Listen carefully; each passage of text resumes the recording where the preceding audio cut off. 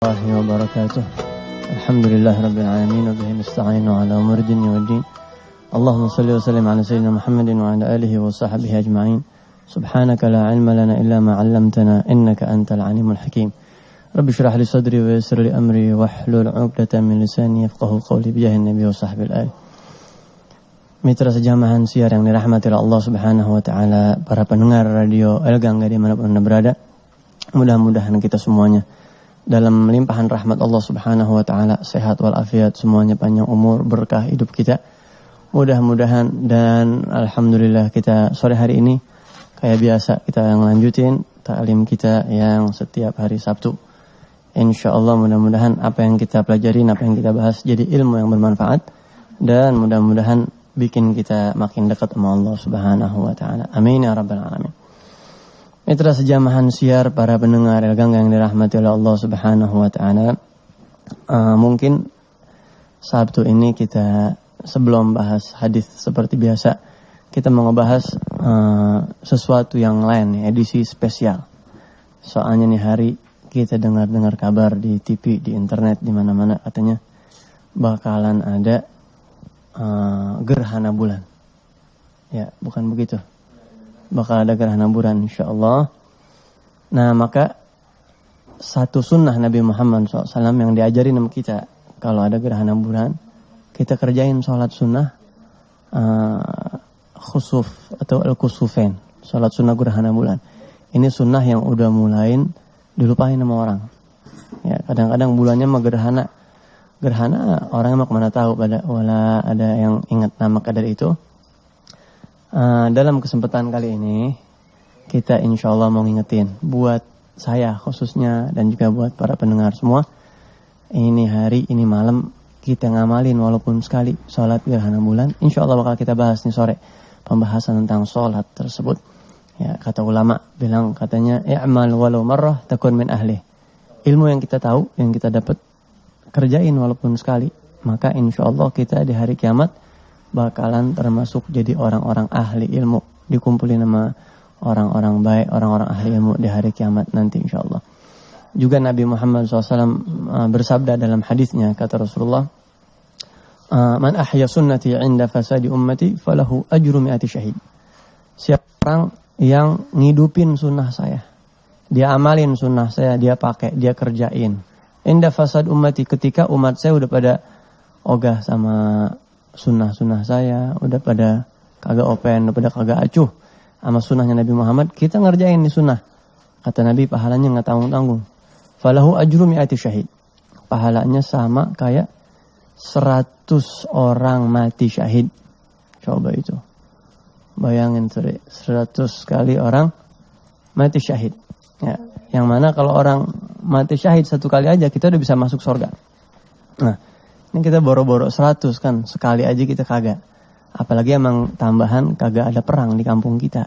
Ya, nah maka kita yang kagak sempat perang, kagak sempat ngurusin orang-orang yang pada jahat sama saudara-saudara kita di penjuru dunia. Udah, kita yang kagak sempat perang, kagak usah kita buang-buangin tuh hotel.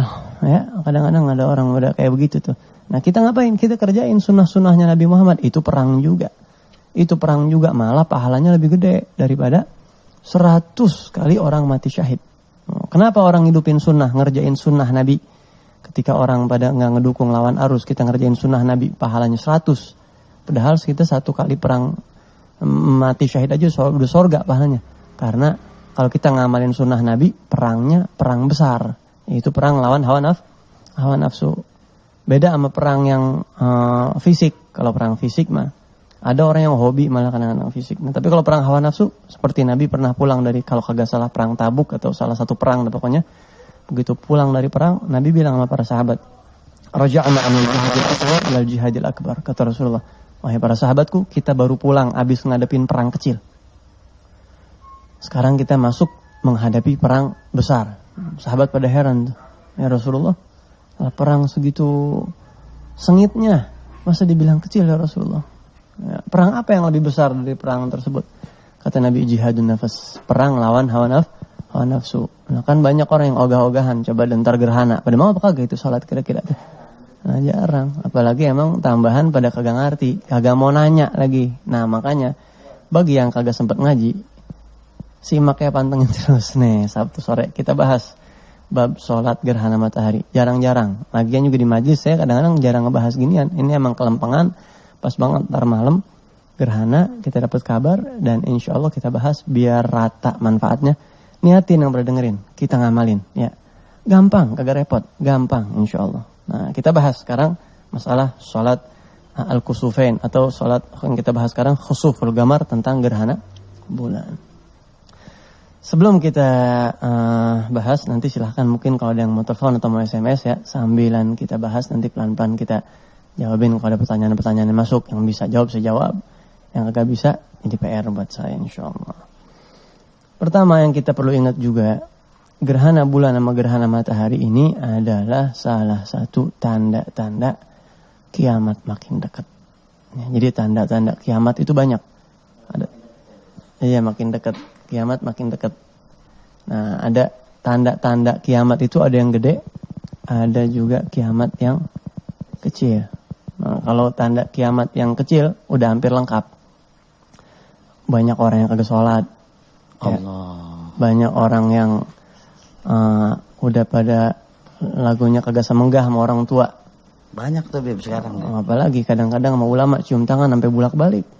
Giliran sama mak bapaknya. Kagak. Ya, begitu. Ziarah kemana aja nyampe kan. Mak bapaknya. Kagak. Nunggu-nungguin doa dia itu di kuburan. Tong, lu mah tong. Ya, lu orang be, lu sahabat, gua kagak katanya. Benar. Itu tanda-tanda kiamat. Banyak orang kagak sholat, banyak bang keliling. Coba itu. Akhir zaman. Dulu bang kagak keliling, sekarang akhir zaman bang keliling nyamperin orang. Pakai kupon, ya. Beb. Coba, pakai kupon.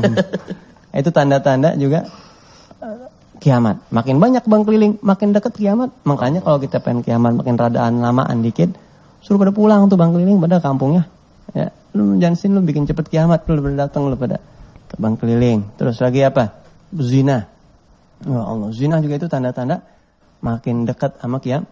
Ulama baru meninggal, kiai, habaib yang pada benar-benar yang rapi-rapi, yang asal kita ngeliat mukanya udah adem muka kita.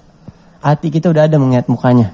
Ya, pada meninggal tuh, yang ilmunya dalam-dalam, yang pada ngebimbing umat, yang pada sabar, ikhlas, pada meninggal dunia. Nah, akhirnya tinggal yang kesisa yang pada ulama-ulama anda akhir ya. Maka dari itu di antara tanda-tanda kiamat itu sangat banyak. Di antaranya juga wadon lebih banyak daripada laki-laki. Banyak lebih. Nah, coba sekarang tengok ke rumah sakit dah. Selain kita pegang dah ajaran Nabi kita Muhammad sallallahu alaihi wasallam, udah kagak ada yang lain. Teori paling bikin kita selamat insyaallah ketika kita mau apa kata Nabi, dengar kata kita sama Rasulullah sallallahu alaihi wasallam. Jadi tanda-tanda kiamat di antaranya adalah terjadinya gerhana matahari. Sebelum kita bahas masalah sholat juga, kita kudu tahu gerhana matahari itu bukan sesuatu yang menyebabkan tanda-tanda spesial satu orang lahir atau mati, kagak. Ya. Wah, si Anu anaknya lahir pas buat gerhana bulan. Akhirnya tuh bocah dinamain si Nana. Gara-gara gerhana. Nah, ini juga perlu dibahas di tengah-tengah masyarakat. Waktu Nabi Muhammad punya anak laki-laki yang namanya Ibrahim, mana mukanya botok banget ke Rasulullah katanya. Lagi sedang lucu-lucunya.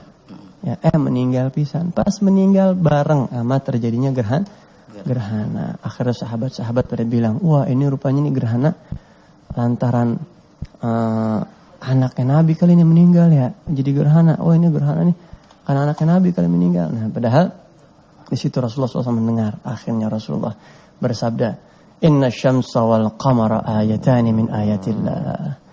La yankasifani li mauti ahad wa la li hayatih. Kata Rasulullah, sesungguhnya matahari dan bulan itu dua tanda kebesaran Allah Subhanahu wa taala. Kata Nabi, kalian kudu tahu bahwasanya gerhana bulan sama gerhana matahari itu bukan karena meninggal atau lahirnya orang. Ada hubungannya tuh bocah lari mau gerhana mau kagak. Wah, bocah lahir pas gerhana ya. Iya emang apa? Ntar mukanya gerhana mulu, demek kan kagak juga. Belang dia. Atau belang. Ya. Juga kagak. Nah, jadi kan itu Nabi udah ngejelasin tuh mitos-mitos kayak gitu kagak ada urusannya kata Rasulullah SAW. Tapi apa? Dia adalah tanda kebesaran Allah. Ketika matahari terjadi gerhana, apa yang kita ambil pelajaran? Bukan siapa yang lahir sekarang, bukan siapa yang mati sekarang, bukan. Tapi coba kita bayangin, ya Allah, itu matahari segitu gedenya, itu bulan segitu gedenya, nunduk sama Allah. Bisa diilangin cahayanya sama Allah. Bagaimana hati kita ini kalau kita kagak semenggah, kalau kita kurang sama Allah, kurang rapi, ya habis dah kita dah. Kita yang kecil banget, segini kecil banget ukuran kita, segede apa sih kita? Ya, sakit gigi aja udah tak ampun kita. Ya, ketiban stabilizer aja udah Allah. Itu udah pada cantengan jempol bisa. Nah, apalagi ngelihat matahari, ya Rabb ya Allah, matahari yang segitu aja ya Allah, Engkau berkuasa menaklukkannya. Kagak ada apa-apanya buat Allah. Itu yang kita ambil pelajaran. Bagaimana ini maksiat banyak banget, ya Allah. Kalau Allah mau habisin sebentaran doang, itu hikmah yang kita petik. Nah terus kalau ada gerhana, apa yang kita harus lakukan? Jangan pantengin TV, kapan kelarnya? Kata Nabi, fa idza ra'aitum dzalik, kalau kalian melihat gerhana, fasallu, maka salatlah kalian. Salat dapat kata Nabi, wad'u, dan berdoalah kepada Allah Subhanahu wa taala hatta yang kashifa ma bikum, sampai itu gerhana kelar. Itu gerhana selesai. Begitu. Jadi ntar kita niatin nih, kita niat aja dulu sekarang, kita niat dah walaupun gerhananya belum datang, kita niat. Jadi dapat pahalanya kita. Niat salat gerhana. Niat salat gerhana. Ya Allah, ntar kalau emang saya masih panjang umur, kalau ntar habis maghrib saya masih hidup, amin. Ya Rabb, insyaallah terus gerhana benar-benar datang, saya niat pengen ngerjain salat gerhana. Rencana itu kita rencanain, insyaallah. Kata Nabi kalau kita niat begitu dapat pahala kita. Nah terus hukumnya apa salat gerhana? Sunnah muakkadah. Sunnah yang sangat dianjurkan. Jadi kalau entar gerhana kagak sholat, makruh hukumnya. Gitu ya. Dan walaupun sendiri, Beb atau Pak Ustaz sendiri gimana? Kagak ngapa-ngapa. Berjamaah, lebih afdol lagi. Gimana ngerjainnya? Jangan dirawat tentunya. Kudu di masjid. Di masjid kerjain. Kudunya itu DKM pada idep gini hari udah ngumumin musinya tuh ntar maghrib ya kepada para jamaah. Kan ntar pada gerhana nih, ntar kita ngadain di sini begitu kudunya siap masjid. Itu DKM kudu begitu. Kudu begitu dia. Pak Ustaz kagak ngerti lah, mana ada ustaz di situ. Abang sekampung kagak ada ustaz. Kalau sampai kampung kagak ada ustaznya, saat batu kampung. Itu kampung udah kelewatan Belangsa. Makanya kudu ada ustaz satu kampung. Minimal konsultasi. Ya, masa Tuhan kagak mood ceritanya Tuhan. Wah, bagaimana Tuhan kagak mood? Ini Tuhan kita kemana? Tuhan biasa datang gini hari jadi gelap begini lagi kagak mood Tuhan lah kagak ada. Itu hikmahnya. Maka Tuhan kita adalah Allah Subhanahu wa taala pencipta langit dan bumi. Kapan masuknya kita bisa mulain salat? Begitu berubah itu bulan, begitu mulai gerhana, maka kita udah bisa melaksanakan sholat gerhana bulan atau matahari. Kapan kelar waktunya habis? Begitu dia kelar. Ya, begitu itu bulan mulai injila atau dengan terang lagi itu bulan, udah mulai kelihatan, maka habislah sudah waktu sholat gerhana. Kalau gelap, Kalau gelap, emang kalau gerhana megelapan. Mendung. Hawanya mendung. Itu ntar tanya sama ahli apa itu namanya kalau begitu-begituan. Biologi. Ya. Nah, sampai gini hari kan udah ketahuan. Ntar kalau mendung bagaimana? Udah dikasih tahu tadi tuh. Sekarang udah canggih zamannya. Jam berapa tadi mulai? Jam 7 kurang sampai jam 9 kurang seperempat lah. Udah canggih begini mesti nanya baik mendung apa kagak ini. Ya. Cara sholat bagaimana karena? Cara sholatnya bagaimana? Cara sholatnya gampang. Ya, kagak susah. Nabi Muhammad mah kagak bakalan nyuruh yang susah-susah. Emang kadang-kadang setan itu yang bisikin sama kita. Sama hawa nafsu tuh. Udah dulu jangan pakai sholat, ribet dah. Tuh kagak ngerti lu begitu bener. Dah tuh setan tuh. Main dah. Mendingan lu main dah. Lu tipe lagi sedang rame-rame gitu. Sholat 2 rakaat doang, 2 rakaat kagak nyampe 10 menit. Ya. Biasanya kalau sholat 2 rakaat berapa menit, Rik? Kalau 2 rakaat ya 4 menit ya, 4 menit. Ya, 4 menit, standar tuh 4 menit. Ya, caranya biasa. Ini yang gampang. Ini simpel aja caranya. Sholat 2 rakaat, ya. Niatnya bagaimana? Niat dalam hati. Mau diucapin? Boleh. Usolli sunnatal kusuf lil qamar rakaatain. Kusuf, ya. Usolli sunnatal khusuf. Kha. Usolli sunnatal khusuf lil qamar. Ya Allah, saya niat sholat gerhana bulan rokaaten. Kalau jadi makmum, makmuman lillahi ta'ala. Kalau imam, imaman lillahi ta'ala. Udah adaan, nggak usah pakai makmuman, kagak usah pakai imaman. Juga sendiri boleh ya, Nah, boleh banget.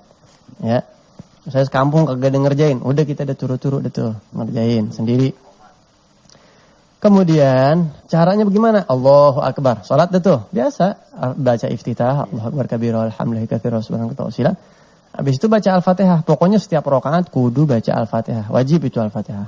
Habis Al-Fatihah suratnya apa? Terserah. Boleh surat apa aja, enggak ada surat yang wajib. Tapi yang paling afdol, yang paling cakep Al-Baqarah suratnya. Wah, panjang nih. Lakuan. Lah emang iya. Lah emang beneran begitu di kitab. Kalau mau ngamalin yang paling afdol benar-benar sampai ya, habis apa bagaimana tuh? Lah sampai habis surat Al-Baqarah. Gemeter kita. Makanya makan dulu ente sebelum sholat. Makanya dulu ada. Jadi begini cara sholat itu, baca Al-Fatihah terus surat. Kan ada tuh surat. Ruku itu kita. Ruku biasa bacaannya. Habis bangun dari ruku baca Al-Fatihah lagi sama surat lagi. Jadi 2 kali ruku 1 rakaat begitu tuh. 2 kali ruku. Ini yang beda. Makanya kalau kita sholatnya sholat gerhana, tahu ada orang di belakang ikut kita sholat maghrib, itu namanya kagak nyambung. Nanti dia ruku 2 kali bagaimana ini? Nah, gitu ya? Itu Kagak kaci. Ya, emang kagak kaci. Karena syarat sholat berjamaah itu imam sama makmum kudu akur sholatnya. Imamnya pakai ruku sekali, makmumnya ruku sekali, begitu. Ketahuan. Nah jadi yang pertama, jadi begitu ya. Fatihah, surat, ruku. Terus berdiri lagi, Fatihah lagi, surat lagi, ruku lagi. 2 kali ruku. Nah habis itu baru i'tidal, baru sujud. 2 kali kayak biasa ada tuh, berdiri. Ntar kayak gitu lagi. Al-Fatihah, surat, ruku, berdiri lagi. Al-Fatihah, surat, ruku, i'tidal, sujud. 2 kali, duduk antara sujud kayak biasa. At-tahiyat kayak biasa. Assalamualaikum, kelar sholat. Rukunya doang yang beda. Yang beda cuma rukunya 2 kali. Ya, begitu. Nah, yang paling afdol itu habis Al-Fatihah yang pertama surat Al-Baqarah. Terus kan ruku tuh. Terus itu berdiri kan baca surat lagi Al-Fatihah. Habis Al-Fatihah baca apa guys? Yang paling afdol Ali Imran. Loh. Lemes. Asal kuat. Rakaat pertama gemeter. Kedua Ali Imran kita lemes. Nah, terus rakaat yang qiyam yang kedua, bukan rakaat bahasanya qiyam yang kedua dari itu ya. Sebelum yang habis Al-Fatihah, yang keduanya An-Nisa, terus habis itu Al-Maidah. Nah, kalau dihitung-hitung kurang lebih 6 juz itu sholat 2 rakaat. Kalau mau diamalin semua, ini makan yang paling afdol. La yudrakulu yang kagak bisa semuanya, abang sedikit kagak bisa. Udah kuliah kulhu dah. Ya, udah kuliah kulhu udah. Kalau nggak mau yang panjang-panjang begitu. Dulu pernah ada satu cerita, ada seorang ulama ngamalin begini pisan ini ngajakin umatnya. Wahai para jamaah sekalian, ntar malam kita bakal ngadain sholat gerhana. Saya harap semua jamaah pada kagak tahu kalau ini ulama bakalan begitu pisan 6 juz tuh totalnya. Akhirnya udah. Begitu rakaat pertama dia bisa Fatihah, berdiri yang pertama bisa Fatihah dia baca Al-Baqarah. Ya, terus begitu. Begitu kelar sholat, penuh nih jamaah tadi waktu masuk penuh jamaah satu masjid. Assalamualaikum warahmatullahi. Begitu dilihat burus jamaah kagak ada satu acan.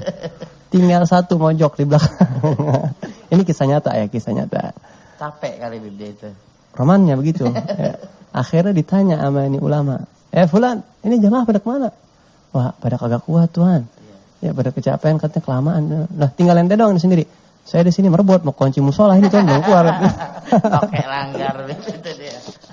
Tapi itu nyata, beneran kisah nyata. Yang alhasil kita ikut lihat bagaimana orang. Yang penting orang ngerjain, ya. Orang sendirian, jangan.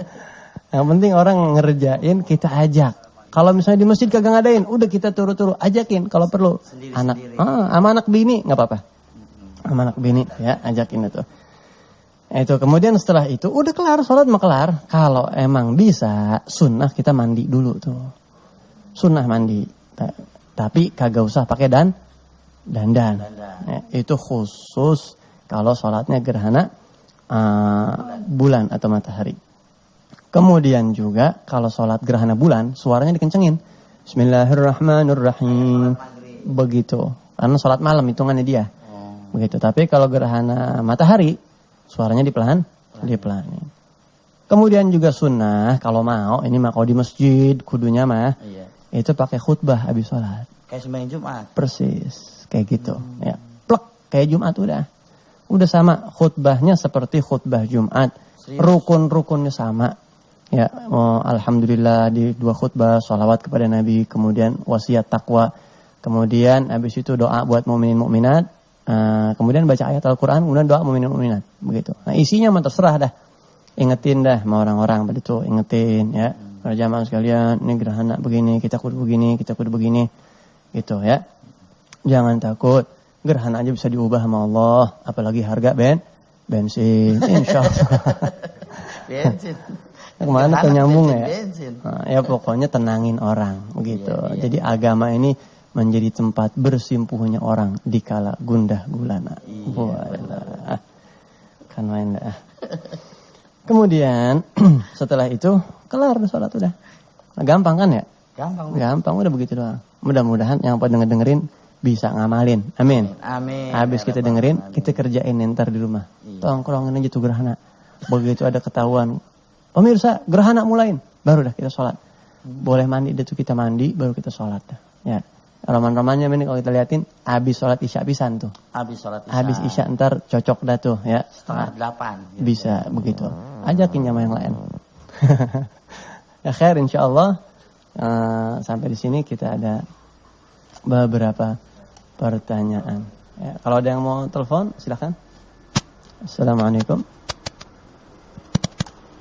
Halo, assalamualaikum. Halo, assalamualaikum. Waalaikumsalam warahmatullahi. Dari Ibu Sadia di Duren Sawit. Ya, silakan. Assalamualaikum, Abid. Waalaikumsalam warahmatullahi. Saya mau tanya 2 ya, Bid, ya, pertanyaannya. Insyaallah, bisa saya jawab. Keutamaan sholat tasbih dan zikir apa yang paling tepat setelah sholat tahajud. Iya. Itu aja, Bid. Iya, baik. Assalamualaikum. Waalaikumsalam. Tuh, sholat tasbih keutamaannya banyak banget. Mujarab buat ngabulin hajat. Jadi kalau ibu atau bapak suaminya ada tender biar jebol ya. Proyek biar jebol. Mami, doain papi. Ini lagi ngajuin tender ini biar jebol. Tenang, papi. Mami kemarin ngaji, dia enggak. Mami bakal sholatin tuh. Bakal mami sholatin sholat hajat sama Allah. Minta sama Allah, ya Rabb. Habis itu begitu ya. Bisa juga buat ngampunin dosa. Rasulullah pernah bersabda kepada paman beliau Sayyidina Al-Abbas. Ayahnya Abdullah bin Abbas radhiyallahu an. Wahai pamanku, lakukanlah sholat tasbih, kata Rasulullah. Ya, karena dia akan mengampuni dosa yang lalu, bahkan yang akan datang. Ya, bahkan dosa yang kita ketahui ataupun kita nggak ketahui. Bahkan bisa dosa yang besar dan yang kecil. Apalagi diiringi taubat dengan itu. Saat kita dengan taubat kepada Allah, itu habis tuh dosa. Sayang kagak ada aplikasi bisa kita cari tahu, mencari tahu saldo dosa kita. Kalau kita bisa cari tahu, insya Allah habis sholat tasbih, saldo dosa kita begitu. Asal kita benar-benar taubat kepada Allah saat sholat tasbih. Juga di antara manfaatnya Rasulullah pernah bersabda kepada Sayyidina Abdullah bin Abbas, paman beliau radhiyallahu anhu. Beliau mengatakan, wahai paman, kerjain ini setahun sekali. Setiap hari. Kalau kagak bisa juga saban 1 Jumat 1 minggu. Seminggu sekali. Kalau kagak bisa sebulan sekali. Kalau kagak bisa setahun sekali. Kalau kagak bisa sholatin aja. Masih ada yang sholatin aja. Seumur hidup sekali. Ini sholat sunnah. Silahkan ya ibu kerjakan. Mudah-mudahan insya Allah hajat digabulkan, dosa diampunin. Mau apalagi kita hidup, kalau udah hajat gabul dosa hilang lah. Amin. Dunia akhirat jonjon itu dah.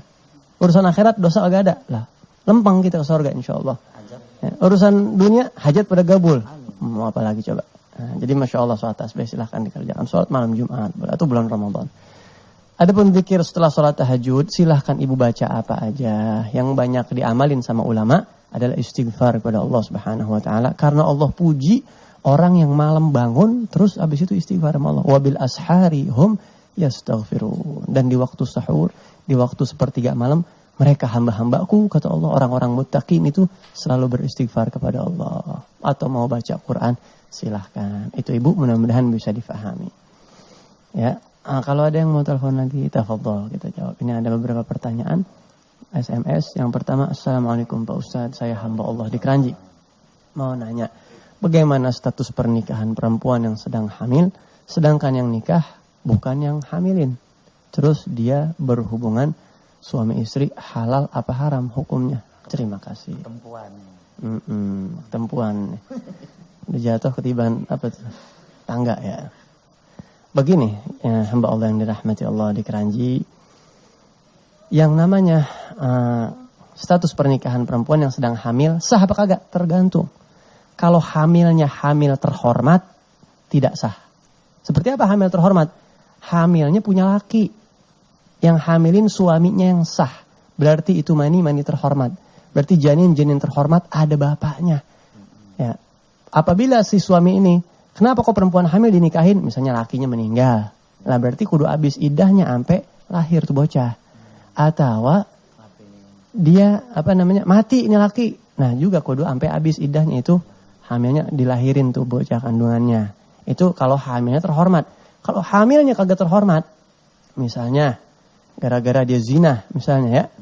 Naudzubillah min dzalik wa na'udzubillah. Wah, ini parah banget sudah kalau zina sampai punya anak. Konsekuensinya panjang banget itu. Panjang banget, ntar kita bahas kapan-kapan. Ya, kacau itu urusan sampai gedenya tuh bocah sian. Ya, kalau bocahnya mah kagak ngapa-ngapa. Emak bapaknya yang double gitu. Ya, ngelakuin kayak begituan di luar pernikahan. Nah, bagaimana kalau ada orang zina nih perempuan terus hamil? Sah apa kagak nikahin? Sah. Lah bukannya kudu lahir dulu, Beb, kudu ngabisin iddah. Kagak ada idahnya, orang dia kagak bukan bini orang. Udah gitu juga yang kedua, hamilnya bukan hamil terhormat di mata agama. Buka ada kitab fikih apa juga begitu jawabannya. Nah sekarang banyak keterangan yang saya kagak ngerti, fatwa acak-acakan di TV itu. Ya katanya kalau hamil walaupun zina kudu ditungguin dulu. Lah ilaha illallah Muhammadur Rasulullah. Ini kata Nabi akhir zaman. Banyak ulama-ulama yang meninggal, akhirnya orang-orang yang bodoh dimintain fatwa. Fa'aftau bighairi ilmin fadallu wa adallu. Akhirnya dia ngasih fatwa tanpa ilmu. Akhirnya dia sesat dan nyesatin orang lain. Mana yang nonton jutaan orang lagi. Coba itu. Ya, nah, jadi kalau hamilnya tidak terhormat dengan zina, sah dinikahi begitu. Terus bagaimana hubungannya? Lah orang udah sah, kagak ngapa-ngapa banget. Kagak ngapa-ngapa banget. Pakai banget tuh, ingat ya.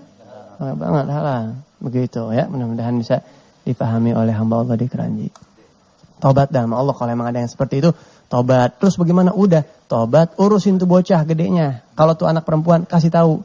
Ini bukan bapak lu. Walaupun dia yang hamilin yang nikah. Kasih tahu. Ini bukan bapak lu. Lu ntar kalau nikah kudu sama KUA. Kagak sah sama dia. Begitu. Kasih tahu. Itu konsekuensinya panjang. Nah, kudu terima resikonya. Yang penting kita tobat sama Allah. Anak mah bisa jadi wali. Bisa jadi ulama. Tapi anak zina bisa. Oh bisa banget. Jangan lagi anak zina. Abu Jahal aja anaknya ada yang jadi ulama, ada sahabat Masya Allah. Ikrimah bin Abi Jahal itu sahabat Masya Allah. Ada bahkan Musailamah al-Kadzab itu yang nabi palsu. Nah dia aja anaknya ada yang jadi ulama, orang soleh. Ya, nah, seperti itu. Dan banyak lagi kisah-kisah seperti itu. Bahkan Yazid yang penggal palanya Sayyidina Husain tuh, si Yazid yang penggal palanya Sayyidina Husain, makanya punya anak yang namanya Nazib tuh. Sakit hati kita kalau ada bocah. Namanya siapa? Yazid ganti. Ya Allah, itu kan yang penggal pala Sayyidina Husain, yang nyuruh orang penggal kepalanya. Anaknya bener, anaknya mah. Bahkan dia taat bener-bener sama Allah. Nggak kayak bapaknya lagunya. Itu ya. Pertanyaan berikutnya. Kalau ada telepon silahkan. Ya kalau nggak ada kita jalan. Baik. Assalamualaikum. Betul, silahkan dicoba lagi. Banyak. Assalamualaikum Pak Ustaz. Saya mau bertanya di luar tema. Kagak ngapa-ngapa. Banyak orang tua berkata, jika kita mendapatkan istri yang sudah kagak suci lagi. Maksudnya kagak perawan ya. Apa betul di akhirat kelak dia bakal diambil sama orang yang pertama kali mengambil kesuciannya? Udah enak amat itu orang ya. Mohon penjelasannya. Assalamualaikum warahmatullahi wabarakatuh. Waalaikumsalam. Begini, hamba Allah di Jakarta Selatan, Bang Herman. Yang namanya seorang wanita nanti di sorga, lakinya siapa? Begitu kira-kira pertanyaannya. Lakinya itu adalah yang jadi suami dia terakhir di dunia. Itu lakinya di sorga. Makanya haram istri-istri Nabi Muhammad dinikahi. Karena kenapa? Karena mereka nanti beliau-beliau, ibu-ibu kita ini, Ummahatul Mukminin akan menjadi istri Rasulullah. Begitu. Jadi kalau ada suami meninggal, bininya ntar di sorga, masuk sorga tuh siapa kira-kira lakinya? Suami yang terakhir. Ya, kalau dia kagak nikah-nikah sampai meninggal juga, itu di sorga terus tuh. Itulah kisah cinta abadi. Bang, saya sehidup semati sama abang, asal jangan kawin lagi kalau gue mati. Nah, bisa sampai ke sorga. Begitu ya. Tapi kalau seandainya ada satu perempuan cerai atau mati terus nikah lagi sama laki lain, cerai atau mati lagi itu lakinya, nikah lagi, mati lagi, nikah lagi. Lu serem amat nih perempuan, banyak yang mati nikah sama dia misalnya. Begitu yang ke-10, bininya mati juga, lakinya mati juga. Misalnya ini mah biar gampang dipahamin, maka dialah nanti yang menjadi suaminya di surga. Kalau dua-duanya masuk surga. Nah kagak ada urusan. Adapun orang yang menzinahinya, nggak ada hubungan lagi sama si perempuan tadi, asal dia tobat kembali kepada Allah, nggak mau begitu lagi. Justru si laki-laki yang menzinahi perempuan tadi, kalau dia nggak tobat, lihat ntar anak perempuannya bakal digituin juga sama orang, pasti itu. Atau bininya bakal digituin sama orang, atau ibunya bakal digituin sama orang. Dan itu Nabi yang ngomong, wa'ifu ta'iffa nisa'ukum. Adapun perempuan yang sudah kembali ke jalan Allah, dia sudah tobat, maka yang bakal jadi suami dia nanti di hari kiamat lah suami dia yang terakhir. Seperti itu ya. Wallahu a'lam. Kalau ada telepon silahkan kita terima ya. Assalamualaikum. Assalamualaikum. Waalaikumsalam warahmatullahi wabarakatuh. Ya, dicobain lagi. Berikutnya. Ini kita kayak ngomong waktunya berapa menit lagi ya Pak? Ini 5 menit lagi, kagak banyak ya. Pertanyaan satu lagi. Assalamualaikum Pak Ustadz. Gimana kalau gerhana yang kagak kelihatan karena cuaca buruk, sedangkan kita kagak tahu jam berapa terjadi? Itu dia tadi udah dijawab ya. Tadi udah kalau didengar dari pertama. Tinggal kalau sekarang kalau kita mau pakai alat tradisional butuh keahlian, ada mekanisme tertentu. Boy, ngerti apa kagak mekanisme tuh? Jadi ada mekanisme tertentu caranya, mungkin dengan keahlian yang saya sendiri kurang menguasai. Ya, tapi kalau zaman sekarang silahkan dicari, dicek di mungkin di internet atau ditanya ke badan-badan tertentu yang ngurusin masalah beginian. Wallahu a'lam bishawab. Mungkin itu aja yang kita bahas pada kesempatan hari ini. Mudah-mudahan apa yang kita bahas ada manfaatnya. Sebelum saya tutup, saya ingin mengundang dan mengumumkan kepada para pendengar mitra sejamahan siar yang dirahmati oleh Allah Subhanahu wa taala. Saya ingin mengundang, insyaallah kita akan mengadakan kajian Islam alias seminar atau workshop full day insyaallah yang akan diadakan pada hari Minggu tanggal 19 April. Ya, minggu besok kagak, minggu hatunya lagi. Jadi temunya minggu besok. Temanya adalah kupas tuntas fikih wanita. Kita bakalan bahas habis-habisan tentang fikih kewanitaan, khususnya masalah haid. Bagaimana kalau putus-putus, bagaimana kalau masalah aroma, bagaimana warna darah, flek dan lain-lain sebagainya. Insya Allah kita, karena itu berhubungan sama laki bini, hubungan jadi halal apa haram, kapan waktunya udah mulai mandi apa kagak, wudu sah apa kagak, sholat apa kagak. Kalau orang kurang beres, haidnya bisa acak-acakan ibadahnya sama Allah SWT. Nah, karena ini masalah penting dan kagak banyak mungkin yang nguasain, kita undang langsung seorang rektor, guru besar kita, Al-Ustadz Al-Habib Segaf bin Hasan Baharun, SHI MHI. Beliau adalah rektor di INI Dalwa di Jawa Timur, Bangil. Insya Allah beliau akan datang mengisi dari mulai jam 8.30 pagi sampai jam 16.30. Dari jam 8, setengah 9 sampai setengah 5. Insya Allah. Alamatnya di Jalan Bintara 13, RT 3, RW 13, Kelurahan Bintara, Bekasi Barat. Seberang Giant Bintara, tuh Bintara 13. Info lebih lanjut silahkan dicatat nomor handphone berikut ini. Ya, info lebih lanjut silahkan catat kepada Ustadz Fakhrijal di 0857 7541 0701. Ya, dari Kecamatan Bekasi Barat, Ngulon dikit, Ngulon ya, sama. Sekali lagi 0857 7541 0701 atau di nomor operator lain 0878 8207 1102. Saya ulangi 0878 8207 1102 atau bisa daftar ke koordinator Majelis Ta'lim Al-Asrar yang saya asuh terdekat. Silahkan daftar ke beliau-beliau atau ke nomor yang sudah saya sebutkan. InsyaAllah nanti info lebih lanjut silahkan ditanyakan. Dan ini penting, ajak bini kita atau calon bini suruh ngikut kalau yang udah tunangan ya. Atau kita juga buat persiapan, ini penting. InsyaAllah mudah-mudahan manfaatnya kerasa buat kita semua. Ini saja yang saya bisa sampaikan, mudah-mudahan ada manfaatnya. Kurang lebihnya saya mohon maaf. Rabbana taqabbal minna innaka antas samiul alim wa tub alaina innaka antat tawwabur rahim.